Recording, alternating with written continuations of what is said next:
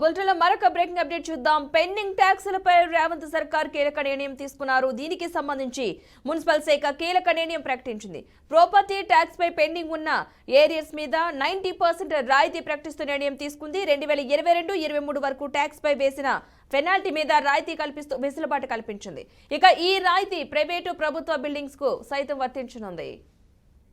ఇదే అంశానికి సంబంధించిన పూర్తి సమాచారాన్ని మా ప్రతినిధి వాసు అందిస్తారు. వాసు, పద్మ 2022-23 సంవత్సరానికి సంబంధించి తెలంగాణ రాష్ట్రంలో ఉన్న అన్ని మున్సిపాలిటీలు ఇంక్లూడింగ్ గ్రేటర్ హైదరాబాద్ కు సంబంధించి ఏవైతే పూర్తి బకాయిలు కట్టారో వారి మీద ఇంతకుముందు వేసిన పెనాల్టీ ఉన్నదో ఆ పెనాల్టీకి సంబంధించి 90% రాయితీ ఇస్తూ ప్రభుత్వం జీవో విడుదల చేసింది.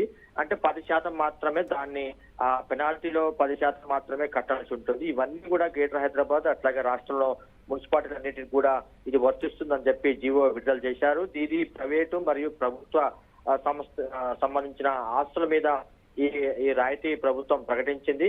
అంటే ఓవరాల్ గా బకాయిలు పడ్డ పెండింగ్ బకాయిలు ఉన్న వారికి మున్సిపాలిటీలు పెనాల్టీ వేస్తాయి. ఆ పెనాల్టీల్లో రాయితీ ఇస్తూ ప్రభుత్వం నిర్ణయం తీసుకుంది.